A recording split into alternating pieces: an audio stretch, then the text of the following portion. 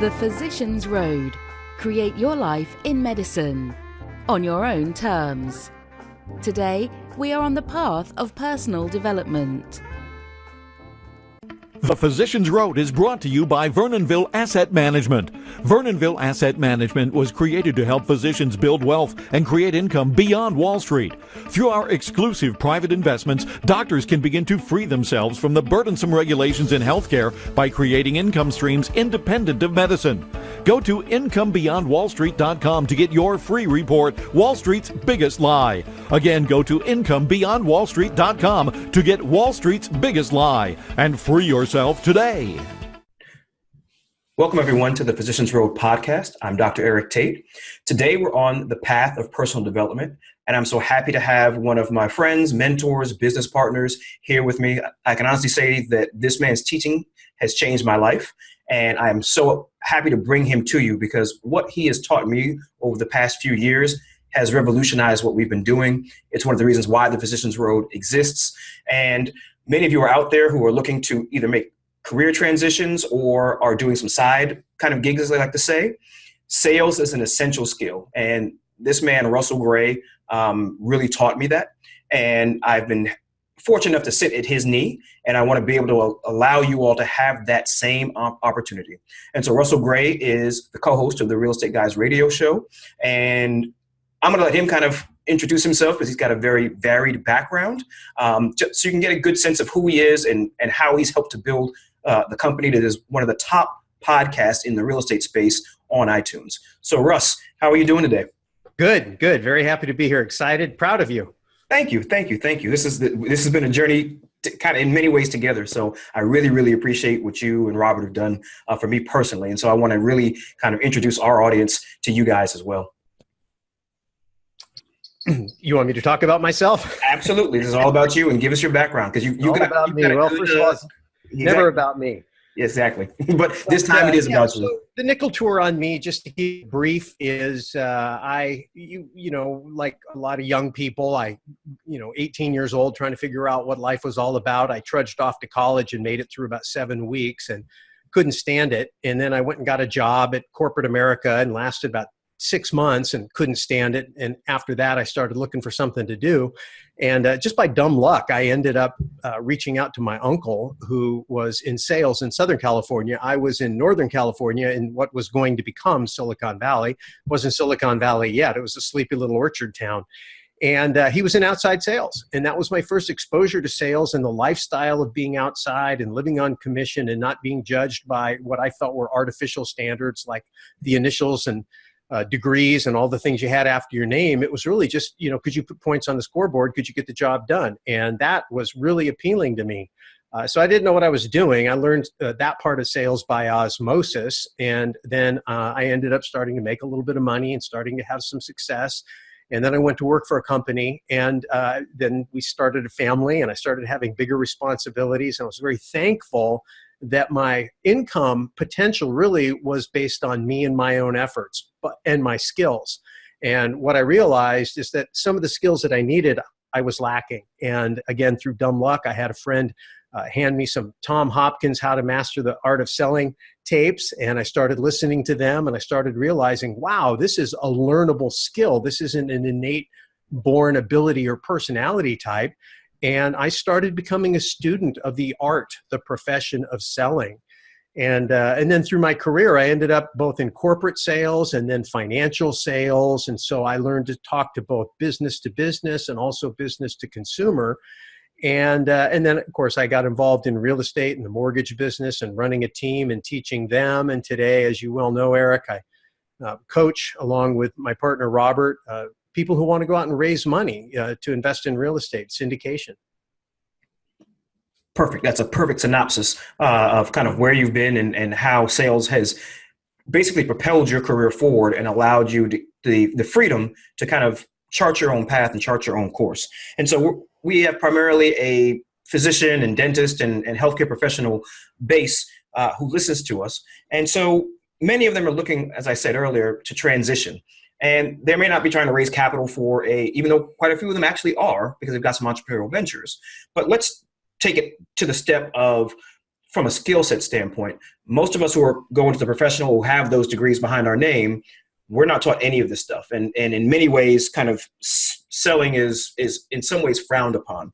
And so why is it important for someone that they have this skill set if they're trying to transition out of kind of the professional world or looking to do something supplemental to that?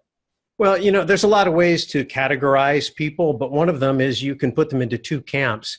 Either you know how to generate revenue or you work for someone who does. And that's it. A doctor typically is the product. It's a service provider.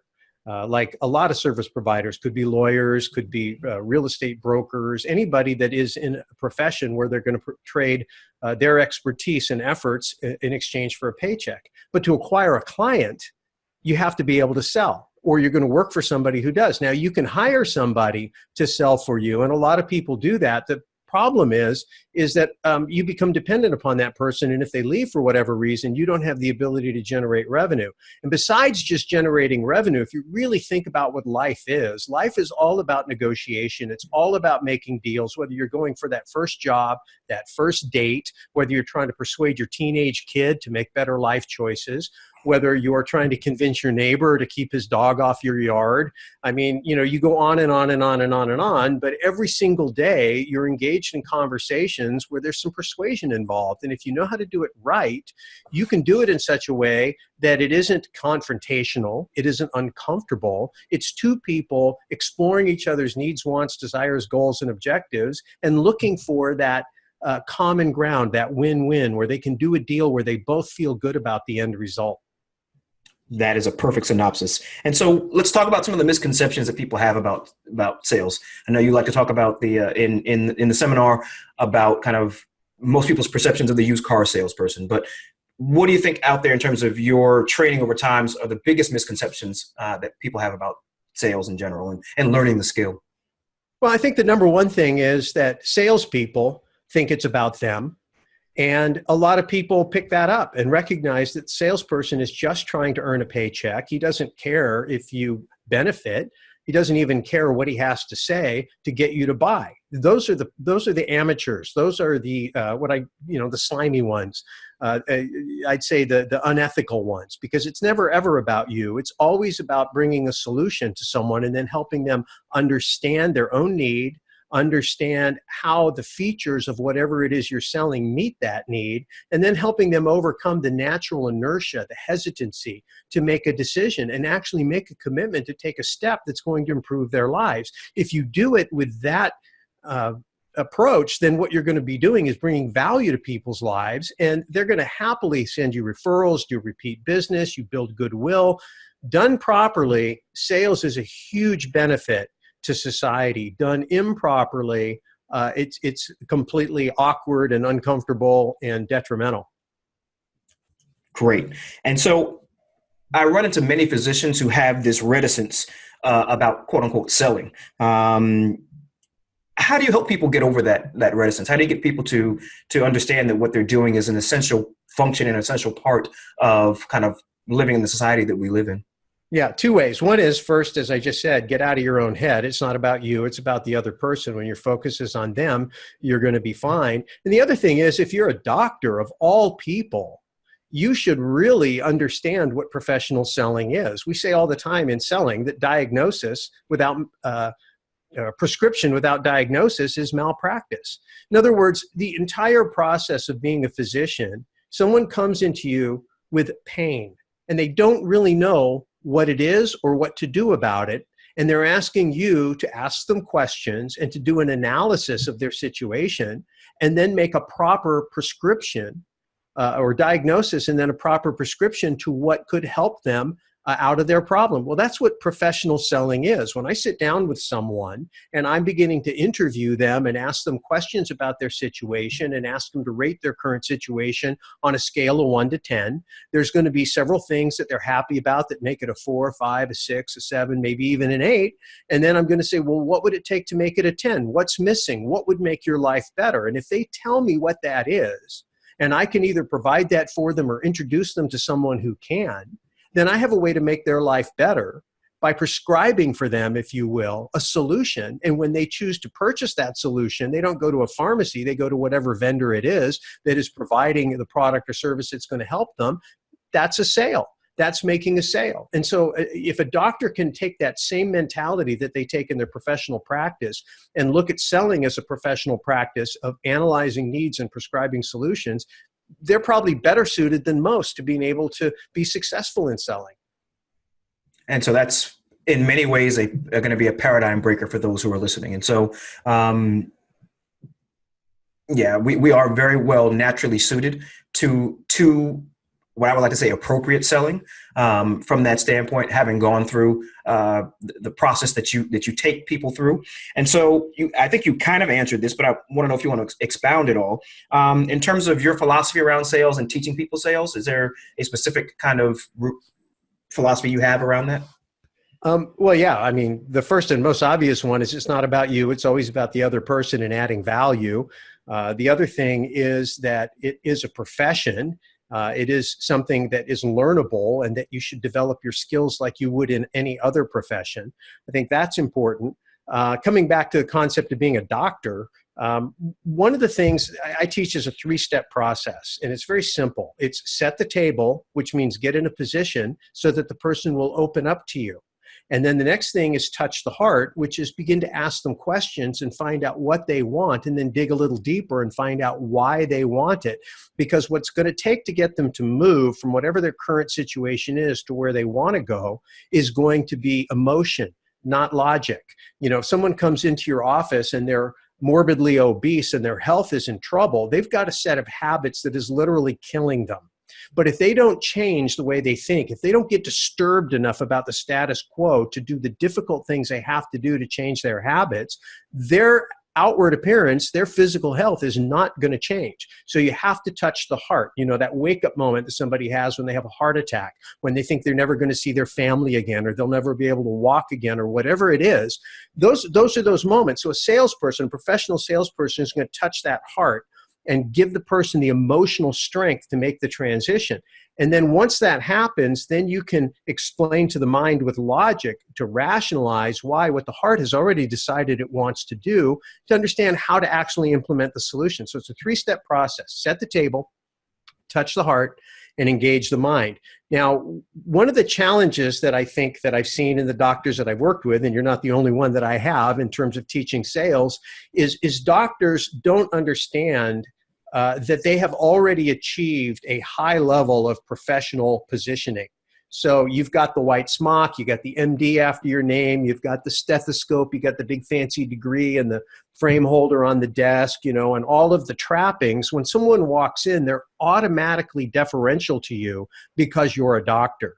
When a doctor makes a move into being a salesperson, they think they can come in and be a little bit more authoritative, a little issue directives a little bit more forcefully because they're a doctor. But they're in a whole new world when they're selling something that isn't medicine. So they need to step back a little bit, in my opinion, and spend some time setting the table to get into a position of professional credibility, so that then when they reach in to start to ask those questions and to be able to probe those tender areas of somebody's life, to ask, how can I help you? How can I make your life better? They will truly open up and tell you what their pain points are.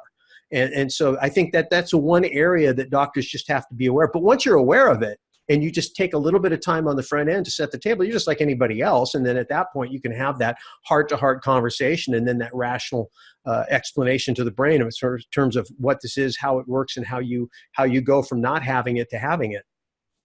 Great. I think that is perfect, perfectly aimed towards the group that's going to be listening to this in that regard. And so what brought you to begin teaching sales and teaching people this process? What led you to doing that?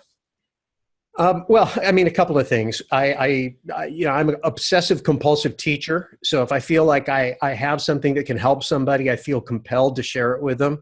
I try not to be overbearing about that, but you can tell you give me an opportunity to talk, I can go for a little bit. I try to make sure I have something intelligent to say. And so I see people struggle in their lives. And so when we started coaching syndicators and syndication students, and they were out there wanting to make deals and negotiate, recruit team members, and to be able to raise capital from private investors. I constantly found myself trying to coach them up on selling. Now, I didn't set out to be a sales trainer. What I wanted to do was point people to third parties, but my background was really kind of an eclectic, very hard to replicate, unique set of life skills and training, and I would point people to pieces of it. But in our program, it's all about compressing time frame. So how can I take what I've picked up in 20, well, more than that, probably closer to 40 years of selling, how could I take that and cram it into something that people could learn in maybe, the bones of it in a 2-day workshop, and then go from there to being able to really get up to a high professional level within a year or two of actual practice and engagement. And so that's how it started. So we started this 2-day camp, how to win funds and influence people. You've been through it many times, and got it coming up again at the end of June. And it's fun. It's fun because what we do in the class is I teach the technique, I model the technique, and then we break it down into components so people get a chance to learn one component at a time. And then they do role play and observation right at the table so that you actually begin to implement what you've learned right away. You can imagine if you were to learn a foreign language and all you did was sit in a classroom and read a book or listen to a lecture versus when you get a chance to actually get into groups and talk. And of course, the real test is when you get to go to a foreign country and you get to speak that language for an extended period of time. And when you're learning sales, getting out in the real marketplace and putting those skills to the test in the real world is really how you cement the thing. Yeah, I will say, and I'm glad you talked about that because I was going to ask you that next, but you create a very experiential environment within the seminar, and that's very different than a static. Many of us as physicians are used to CMEs, so we'll get a lecture in terms of our continuing medical education, but your kind of continuing education is an experiential process. And so in many ways, it's a transformational process. So it's not 2D, it's not static, it's 3, even potentially 4-dimensional in the way that you teach it. And that's really why I wanted to have you on and to partner with you guys on this, because I'm just going to give my testimonial now so that everyone understands. I've gone through the syndication mentoring course with you all in many ways because I had physicians who wanted to invest with us. But once we got outside of the people that I knew and who knew me, and we created an infrastructure, it was like, okay, well, how do we help other people in this process as well? And I was not able to crack that nut and was willing to say, okay, there's something missing here. Let me go and get trained on how to do this. And so going through this process with you guys has completely transformed our business on the investment side of things. And so I am a direct beneficiary of your training. And anyone who knows me and why we created the Physicians Road is I'm really just opening my Rolodex to other physicians. I mean, all the things that I've experienced and done, I'm trying to, for those that need it, for those that are in that space, trying to give them that ability to compress those time frames for themselves as well. And again, I'm not going to go out and do the training because I'm busy doing this. And so I'd much rather point to you guys who are already doing it. And plug, I wish you did it more than once a year. But it is, in any event, you were busy as well. So, and just kind of lastly, and then we can kind of go off on on tangents from there, is what didn't I ask you? What do you think that someone who is even if they're not a physician, if someone is transitioning out of what they've historically been doing, what is it that I didn't ask you that you want to convey to anybody who may be listening? Gosh, I don't know. I mean, I think we covered a lot. I think that you just have to understand what's going on in the world right now. And, we have had for nearly over 100 years an educational system that was built upon the industrial age model. And so you have factories and then people who are cogs and machinery that perform functions. And our educational system is designed to crank out people that need a function or a job to go do.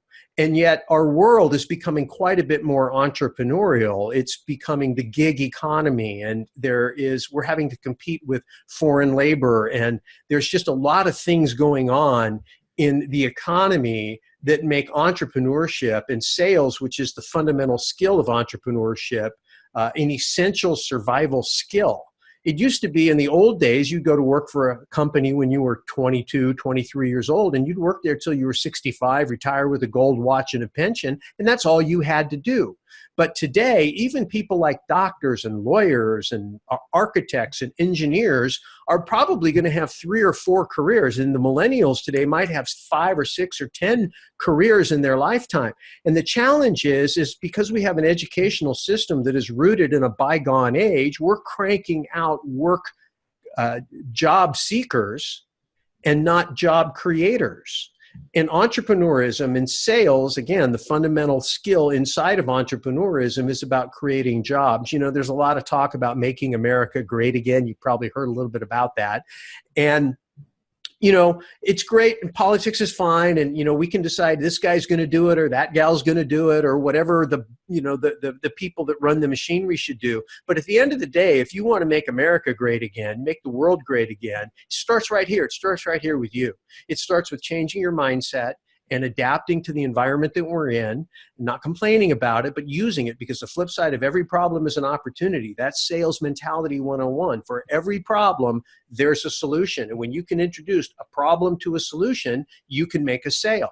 And so you don't even have to be the product or have a product or warehouse the product. You can broker, you can distribute, you can play matchmaker in whatever way and collect fees for doing that. So there's a lot of ways to build a business around selling.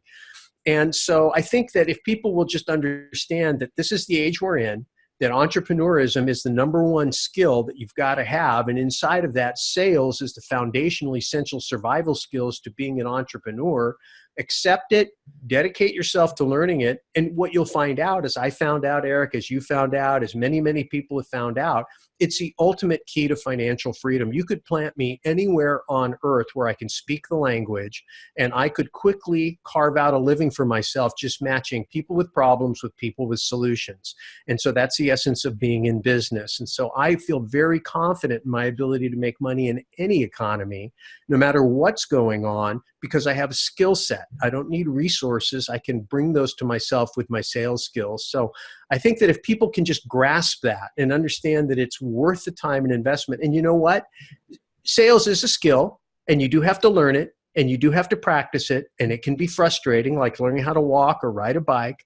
But you know, if you're a doctor, are you kidding me? The amount of time and effort and work and expense you've got to put in to get to a professional level. I mean, becoming a highly paid salesperson, owning your own business, it doesn't, you know, and you don't have to work for somebody else, but becoming successful in revenue generation and profit creation doesn't have to be a 5-year program. You can be there in, 3 months, 6 months, or maybe shorter. It just depends on how much time and effort you want to put into it. It's freeing. It's financial freedom. It's the ultimate of financial freedom. Great. And that you touched on so many things right there, and we've actually got a little bit of time. So you talked about the cog in the machine and kind of the industrial age kind of school system and how we've been cranked out. And what a lot of physicians are feeling is that frustration right now, because we feel like we are just the cog in the machine that essentially cannot run without us, but we have no control over how it works. And so you have a lot of people who are trying to figure out if there's a jumping ship and kind of how to kind of control themselves within this process. You have a great saying about basically building a life that you can get paid to live. Right. Can you talk about that a little bit? Yeah, I think a lot of people, when they, probably late in high school as they're contemplating college, they start thinking about, what do you want to do when you grow up? What do you want to do for a living? Or when you meet people, what do you do for a living? Okay, well, I mean, that's a valid question. And so they go to school and they get trained to do something. They get a job skill. And then their ambition in life is to graduate with that job skill and go out and look for a job. And so when you're a young person and you're graduating from college, you're trying to solve a problem. And the problem is, what can I do to make money? And you're sadly going to find the answer, which is get a job skill and go get a job. And then you get a paycheck, and then all of a sudden you get a car payment, and then a house payment, and then a spouse, and then children, and then you're saving for retirement and braces and college and optometry and all the stuff, right? We all go through. And then you wake up one day and you realize, wow, I'm 35 years old, I'm 40 years old, I got another 20 or 30 years left to go. I don't know if I can hold my breath that long, because I really didn't think about what this lifestyle was about. I just thought about, what can I do to make money? So I challenge young people or anybody who wants to reinvent themselves to ask themselves a different question. It's a harder question to answer, but you're going to like the answer so much better. It's, how do I want to live? And what can I build that will pay me to live that life? And so when you understand that, then it's about building things. If you read, Robert Kiyosaki's book, I know you're a big fan, and Rich Dad, Poor Dad, chapter 1, the rich don't work for money. They build things that pay them to own them. They don't focus on their income statement. They focus on their balance sheet and make it provide the income. They don't focus on earning a paycheck. They focus on building a business and ultimately working themselves out of a job so that the business just runs without them. So that's the essence of being an entrepreneur and an investor.